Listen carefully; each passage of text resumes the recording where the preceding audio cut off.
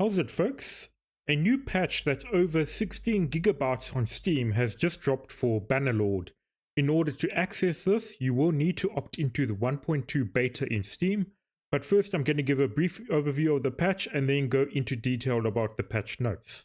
The highlights are there is now Kingdom Destruction, dynamic weathers, improved auto-resolve, formation targeting, AI troops now fight less recklessly, leading to longer fights and quite a bit more, so let's get started.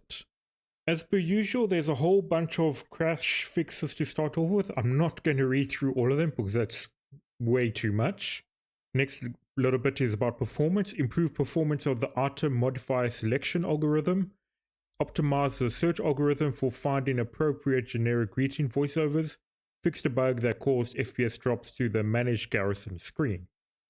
And then 2 fixes on save and load. Optimize the save system to further reduce the save size.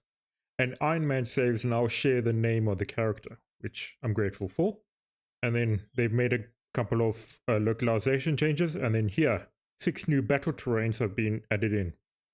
Firstly, west of Ravel, which is up here in Sturgia territory. And then southwest of Quarries, which is down here in the Asarai territory. And then 3 terrains northeast of Rezhai, or I'm not sure how to pronounce it, along this bank here. And then 1 around the time of Odok in heavy Khuzait territory. Always nice to get new battle scenes. And then added a total of 4 new bandit hideout scenes for the desert, forest, seaside, and mountain environments, which I am grateful because I've seen far too many of the same bandit hideouts, so then it would be nice to see a bit more on variation there. Added 11 new dagger holsters. Added new images for ally menus, changed the static colors of cloth located on 61 armor pieces to heraldic colors, the color you use for your faction color, and conducted minor improvements for various towns and castle scenes, including global illumination. And then a couple of fixed bugs.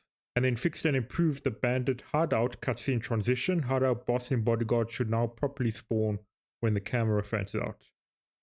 So that's pretty nice. And then a couple of animation bug fixes. And then on campaign map, this is where we get to some of the juicy stuff.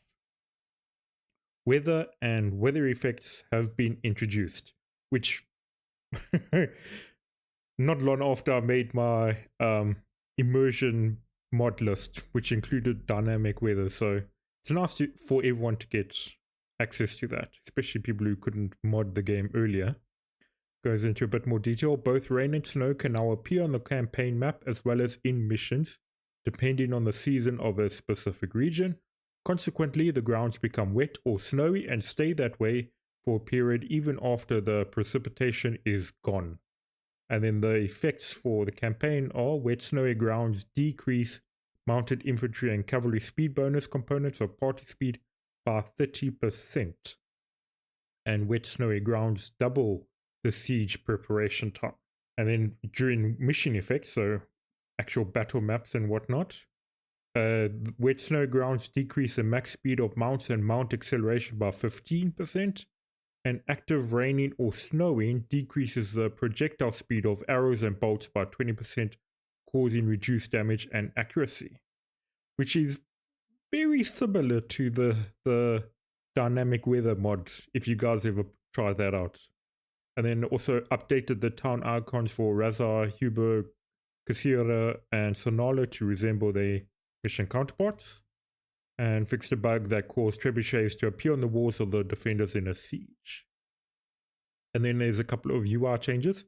This one I'm pretty happy about, the income expenses tooltip, because I also had to change this with the mod, and it's nice to see some of these more popular mods getting integrated into the base game.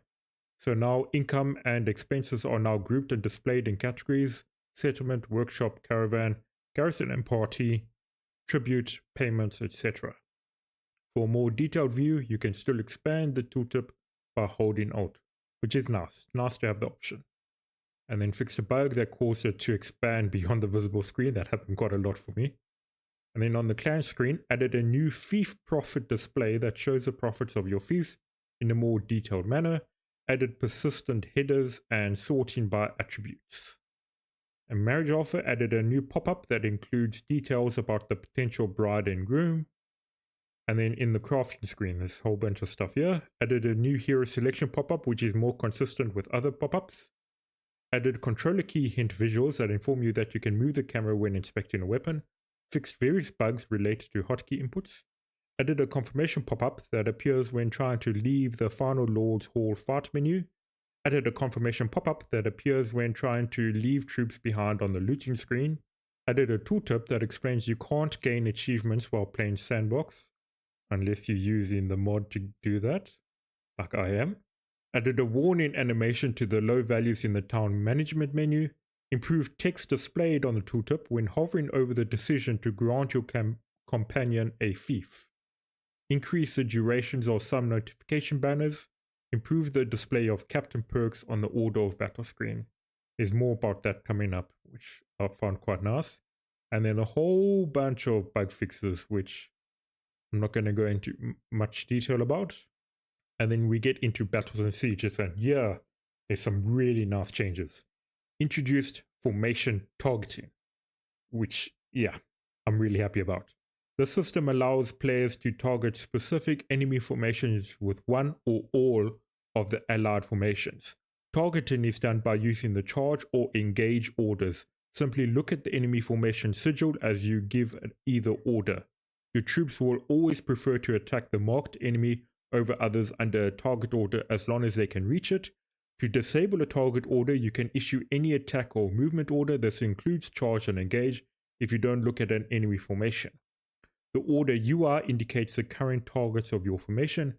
The feature is only available in single player, but we intend to explore it for multiplayer in the future as well. Now this is a really big change. So you can actually target specific units. So you can get like your cavalry to appear around the back of the enemy and make them charge the archers rather than just so much charge and keep running into the back of the infantry. This time you can get them to focus down specific formations. So, or make a spear only formation that targets the cavalry or something like that. So I'm really looking forward to giving this a proper go. And then rework the auto battle calculation system, so the auto resolve system. Mission and terrain types now provide bonuses or penalties for attackers and defenders. For example, an attacking horse archer on flat terrain now has a large bonus, but if you throw them into the forest, that converts into a large penalty. Defending archers do great in a siege, while attacking ones receive a penalty, and so on.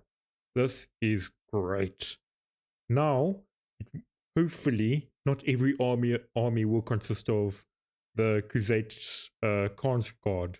I quite like this. Defending archers do great in siege, and the attacking archers are weaker, so you maybe need to actually hold up your siege engines and knock down some walls so you can rush in rather than just storm attack at the first opportunity.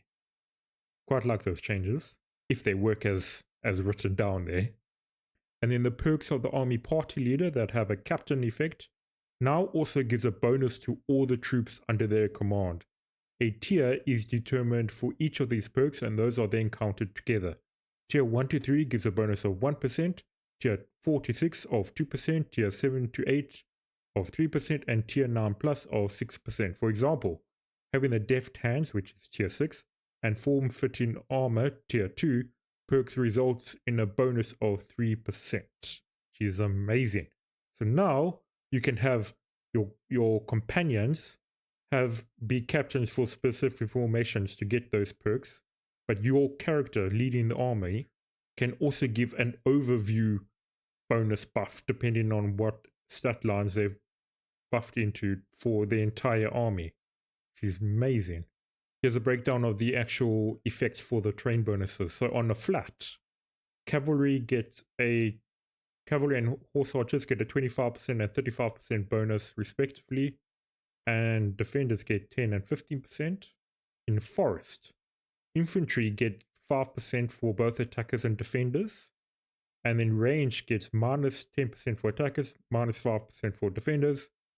Cavalry get minus 20% for attackers, minus 15% for defenders, and horse archers give minus 30% for attackers and minus 25% for defenders. So they try and do go for you actually putting yourself, if you get in attacked, you want to maybe try and change the terrain of the battle so you get the extra bonuses against a large army. River crossing, defenders get a 5% bonus, range gets a 10% bonus. That's quite a decent bonus all stacked together. Attacker and cavalry get a minus 15% decrease, and defender cavalry get minus 5%, and then the horse archers get minus 10% for attackers and nothing for defenders. So it probably cancels out between cavalry and horse archer for that bonus. And then village map, both infantry for attack and defender get 5% bonus. The attacker range gets minus 10%, and the range defender give plus 5%. No bonus for cavalry attackers, and then cavalry defenders get minus 10%, and then horse archers get 10% attacker bonus. And then in the siege, no bonuses for infantry, ranged gets minus 20%, defender gets plus 30%. That's pretty big difference between the two. And then cavalry attackers get minus 10% for both attacker, okay. And then cavalry, both attacker and defender get minus 10%. And then horse archers, attackers get minus 20% and defenders get plus 30%. So basically the same as the foot archers. That is pretty significant difference. I wonder how much it would actually change up the sieges. Okay, and then banner bearers no longer despawn or respawn when configuring formations during the order of battle phase. Existing troops now switch equipment appropriately instead. Improved the way troops avoid the battering ram while moving. Troops now stop using usable machines when the siege is over. Troops closest to the ranged siege weapon are now picked up as the ones doing the reloading. Troops hit by boulders can now not only be wounded but also killed. This is a big change, because before that it was only possible for troops to get wounded by dropping massive stones on them or those fire pots, and I actually quite like that, actually getting a bunch of kills from that. And then a couple of bugs with a whole bunch of bug fixes with the rest of that. And then we're moving on to the character development system. Fog of War improvements. Ask the tavern keeper to learn more about the clan that owns a settlement, unlocking all clan member information in the encyclopedia for a fee. Inquiring about companions reveals their details as well. Receiving a marriage proposal from another clan or asking a lord about eligible bachelors also unlocks information of those characters in the encyclopedia. So it should make clearing out the Fog of War about characters quicker, at least. And then the Birth and Aging option is now available on all consoles. We've renamed it from Birth and Death to Birth and Aging to better distinguish it from other options. And improved and made various fixes to the following perks. So in one-handed, chink in the armor, wear the sword, cavalry, wrapped handles, to be blunt, steel core shields, two-handed, vandal, way of the great axe, shield breaker, beast slayer, strong grip. Polearm is lancer, way of the spear, keep at bay, unstoppable force, pikeman, steed killer, standard bearer, sure-footed, and sharpen the tip. Quite a bunch of changes to the polearm. Bow is bodkin, renowned archer, bullseye, deadshot, hunter clan, renowned archer. Crossbow is puncture, mighty bull, pavas, sheriff, and deft hands. Throwing is weak spot, unstoppable force, impale, mounted skirmisher. Riding is shepherd, deeper sax, the way of the saddle, veterinary, sagittarius, sweeping wind, horse archer, dauntless steed. Athletics is mighty blow, form-fitting armor, ignore pain. Crafting is artisan smith, practical refiner, practical smith, practical smelter, curious smith. Scouting is village network, forest kin, uncanny insight, vantage point, beast whisperer, rear guard, water diviner, pathfinder. Tactics is tactical mastery, improviser, decisive battle, elite reserves, and Jean d'Armes. Not quite sure how to pronounce that one. Roguery is white lies, Scarface, rogue extraordinaire, promises, fleet-footed, in best light, partners in crime. Charm is virile, firebrand, immortal charm, tribute, effort for the people, in bloom, young and respectful, meaningful favors, forgivable grievances, moral leader, self-promoter, public speaker. Bunch of changes to charm as well. I recognize quite a lot of those that I use on my main character. Leadership is leader of masses, loyalty and honor. Trade is granary accountant, silver ton, great investor, artisan community. Steward is price of loyalty, sound reserves, contractors, gourmet, arenicos mules, not sure about a pronunciation for that, price of loyalty, and master of planning. Medicine is siege medic, clean infrastructure, perfect health, bush doctor, preventative medicine, minister of health, good lodging. Engineering is clockwork, architectural commissions, wall breaker, dreadful sieges, metallurgy. And then children now have random personality traits instead of directly inheriting them from parents to diversify their personalities. So you can actually get children that aren't clones of the parents. That's quite nice. The roguery experience gained from sullying prisoners now takes into account their tier as well. Hopefully that means the higher tier prisoners will give you significantly more roguery experience. And then a whole bunch of bug fixes. And then also down here, owning a settlement that is of the same culture as your character allows the criminal rating with that faction to drop faster than normally. And then fixed a bug that enables this even if you didn't own the settlement. Moving on to the clan and party. Reworked the after battle prisoner distribution and recruitment. Caravan and village parties no longer take prisoners or recruit them from the rescued prisoner pool. Maybe that means they can actually move around faster. Bandit parties only recruit bandits from the rescued prisoner pool. Garrison parties and settlement militia deposit all prisoners they take to their settlement's dungeon. So you're going to need to keep an eye on your dungeon, see if it's filling up, and then sell them off or whatnot. Garrison parties only recruit non-bandit troops from the rescued prisoner pool, and village militia doesn't take prisoners or recruit troops from the rescued prisoner pool. Then a couple of Wanderer changes. Balance the variety of Wanderer types by adding small amounts of non-combat skills to one-dimensional Wanderers, or by changing the overused types like Scouting. So a whole bunch of changes. I'm not quite sure what the changes are. Guess we'll have to see in the wiki. And then reworked combat skills of some Wanderer types that have had multiple high redundant combat skills. This lowers their levels, making it easier to develop your companions as desired. Now, if only we could get companions from level 1 so we could actually choose where to spec them. But this is still nice. Change. And then influence is no longer given when your clan's party donates prisoners to a settlement owned by your clan. So you're going to have to donate it to a settlement owned by a different clan, basically.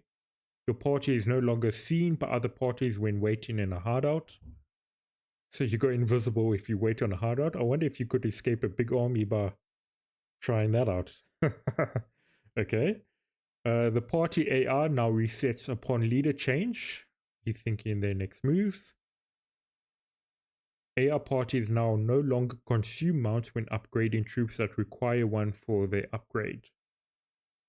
So you can expect AR parties to have significantly more high tier cavalry units, I'm guessing, from that. Because that was one of the limiting factors, was them not able to upgrade the actual cavalry units or their noble lines, because they needed proper war horses to do that. The spouse can now get pregnant when traveling in the same party as the main hero, no longer requiring you to wait in a settlement. This is massive. So you can actually fight together with your spouse and still get them pregnant at the same time without having to spend days at a time waiting in a settlement for them to get pregnant. I quite like that change. Primary colors of clans that left their factions often used colors that resembled the Empire faction color. They now use desaturated versions of their initial culture color instead. Okay, and then a couple of bug fixes for all the clan and party. Moving on to the armies. Improved army member party visuals to take terrain into account while traversing their lands. Updated the army waiting in settlement menu text to reflect the settlement type the army is in. Fixed a bug that prevents army menu text from being updated. Fixed a bug that causes AR parties to double the influence to form an army. And then moving on to kingdoms and diplomacy, we have another pretty big feature getting added in this patch. Fiefless kingdom destruction. Kingdoms that lose all of their fiefs no longer linger around. Instead, they get destroyed. This was part of the diplomacy mod. In fact, one of the major reasons I recommended that mod was to get rid of destroyed kingdoms, and now it seems like it's getting added into the base game, which is a big plus in my view. The kingdom's clans become independent, inheriting its diplomatic stances and relations over time. They can join available kingdoms or wither away if they fail to do so for more than 4 weeks. So now there is also a time limit for them to join another kingdom before they basically cease to exist. Players can still persuade or kill enemy lords to the same end. However, they are no longer forced to choose between that, vying for peace, or having to fend off an endless stream of attacks by an essentially defeated opponent. This is big. But this is a big change. Really, really glad they added this in. And then there's a couple of bugs fixes for some kingdom policies that stop them from working correctly. They were feudal inheritance, precarial land tenure, land tax, and war tax. So I know those ones had issues, and a couple of other bug fixes as well. And another feature added into economy and trade, they introduced warehouses. This feature expands upon the existing workshop mechanics and seeks to provide you with a new trade gameplay loop. The ability to provide owned workshops with raw resources, as well as the ability to collect processed goods from them. Warehouses are storage units with limited stock capacity where you can stock any item. They are accessible through the town menu. Warehouse management can be done through the clan screen under the Others tab. Here you can determine whether a workshop should use the inputs you manually provided and how many outputs it should store or sell directly on the market. Workshops can now only be purchased directly from notables, improved various workshop related dialogues, and fixed a bug that caused item prices to be miscalculated on the inventory screen. This is quite nice. Now you can choose to get your workshops to store the goods they produce in the warehouse. You can pick up all those goods once there's a decent stock. Travel a bit where you're over to somewhere else where they don't have whatever you try to sell. Make a nice tidy profit. And then buy a bunch of raw goods, bring it back into a warehouse, and then have your workshop use those raw goods. That's pretty cool. I quite like that change. I would like to see more done to the actual workshops though. Maybe bringing back being able to upgrade them would be a nice change so that they become more efficient and they use less resources to generate more product, but baby steps. Let's get there one step at a time, I guess. And then a couple of changes to the crafting. Weapon modifier changes. Crafted weapons with modifiers now have their parameters, swing speed, cut damage, etc. Increase or decrease based on the modifier values instead of randomly. Thank you. That kind of peeved me off quite a bit. A weapon modifier is now added to the crafted weapon based on the item's crafting difficulty and the hero's crafting skill. There are 5 different modifiers: poor, inferior or common, fine, masterwork, and legendary. Weapon prefixes are based on these and can differ based on weapon type. For example, rusted sword or dented axe. The more the skill outweighs the difficulty, the higher the likelihood there is to craft a weapon with a better quality modifier, and the other way around. Quite like that change. And then fix a bug that prevented modifiers from correctly applying, and fix a bug that caused crafted items to lose their modifiers when loading a save. That was quite an annoying bug, but it's nice to see that officially fixed.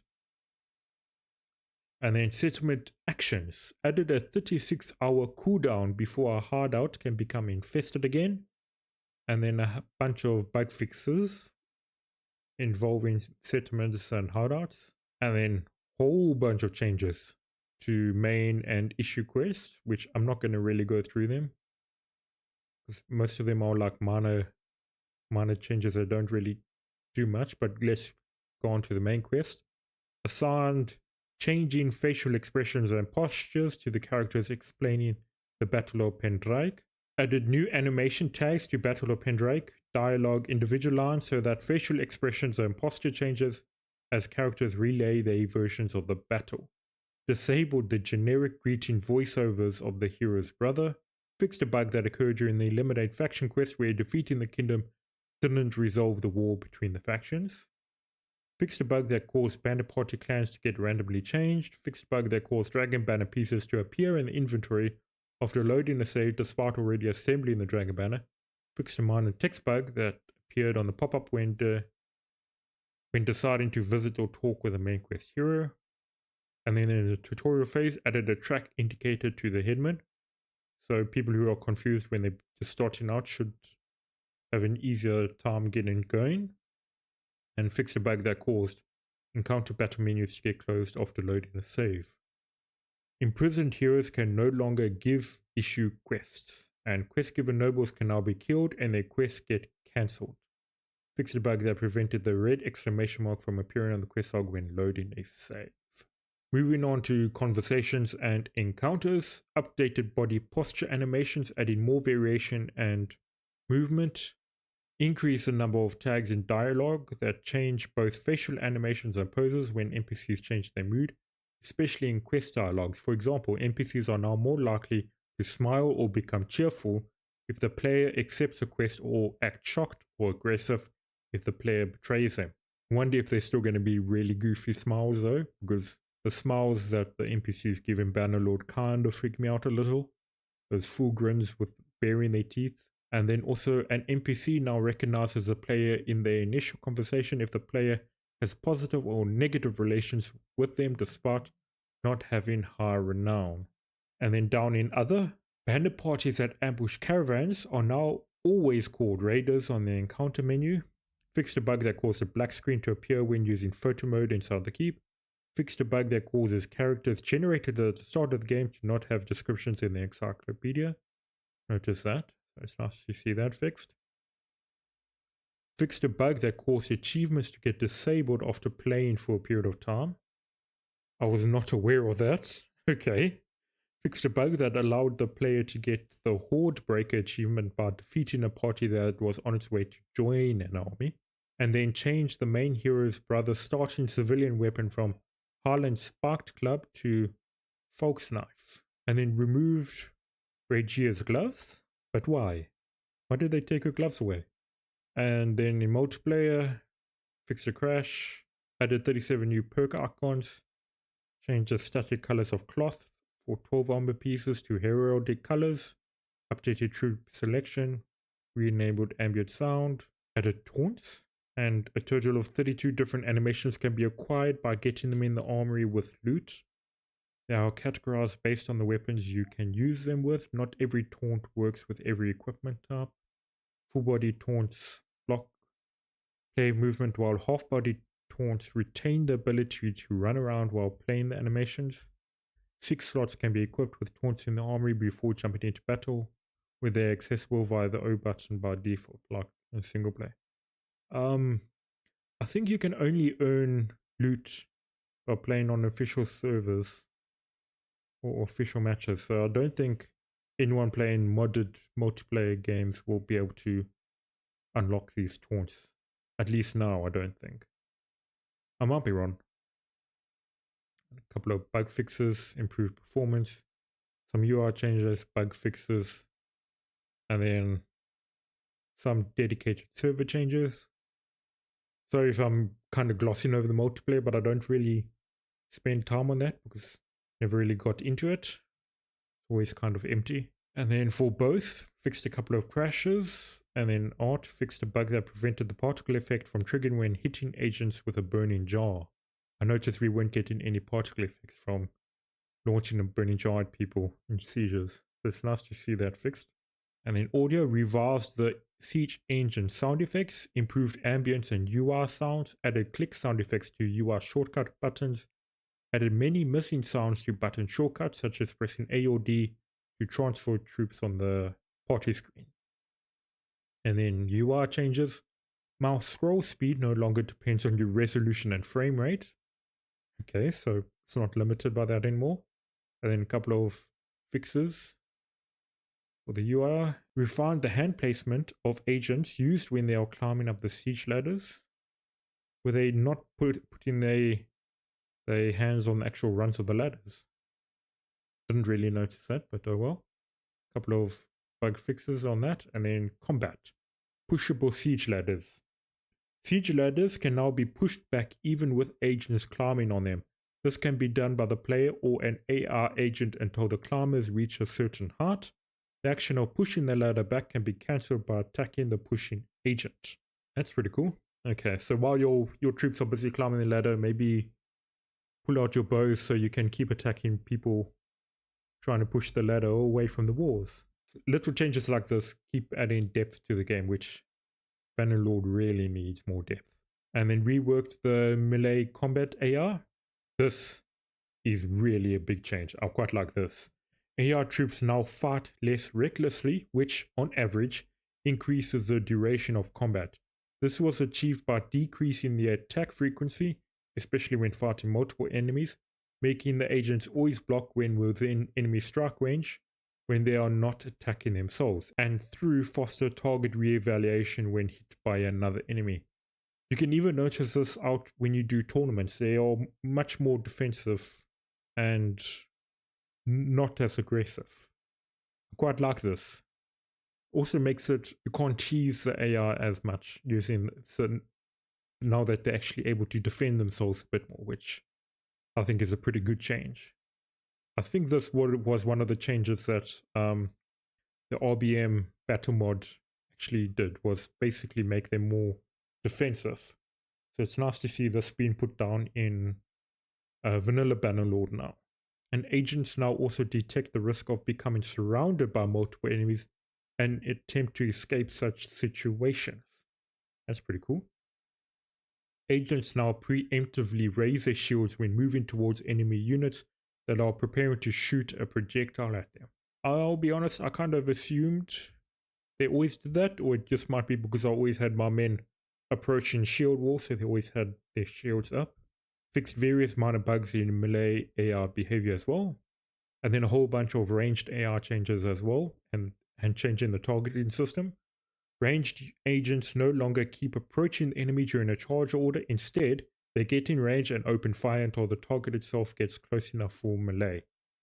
That is pretty cool. So different to engage, where they would get into range and keep shooting and then keep distance.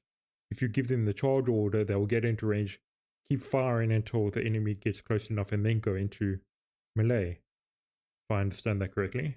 Ranged units also reposition if their view gets obstructed by a friendly troop or tree. Okay, thankfully, they can actually reposition themselves now. The overall targeting system was refined to improve situations where AR agents would prioritize the player despite having more optimal targets near them. This benefits melee, ranged, and mounted troops.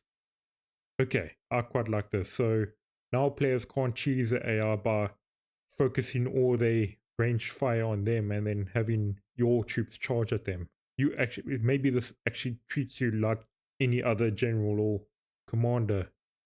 Like you're still a high priority target, but they won't target you and ignore everything else like they did before. Hopefully that's what that means. Reduce the number of cases where agents try to attack an enemy behind an obstacle. Just attack the obstacle if you can destroy it, I guess. Fixed a bug that caused horse archers to switch between melee and ranged weapons when given the engage order with enemy formations far away. Okay. Yeah, because you would rather want your horse archers to pepper them with arrows before getting into close range. Improve the cavalry AR's aiming and movement system. Agents now take into account their weapon's reach when determining their attack direction, as well as to try to attack the body part that would yield the most damage. This also fixes a bug that caused agents to miss their target even if it was stationary. Refined the movement decision-making process, resulting in the agent's increased tendency to couch lances, which in turn increases their effectiveness during a charge. Thank you.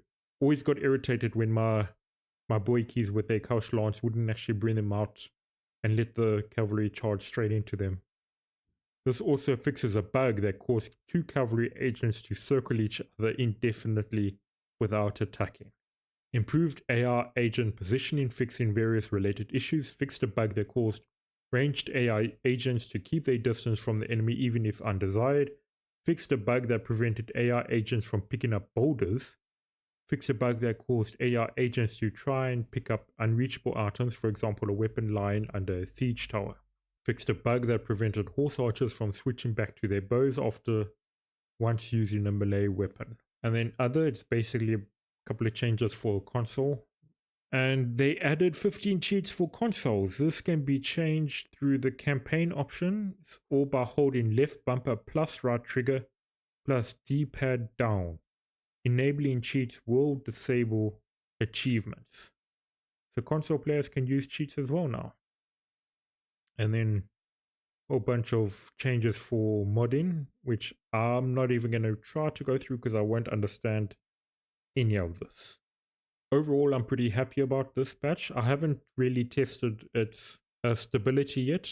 It is a beta patch. Haven't had the time yet, but I will do that soon.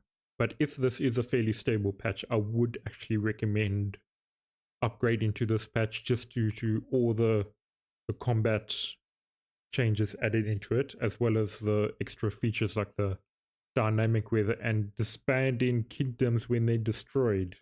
There's some really big changes in this patch, so I'm pretty happy that they actually got going with that. And now the race begins to get the mods updated again.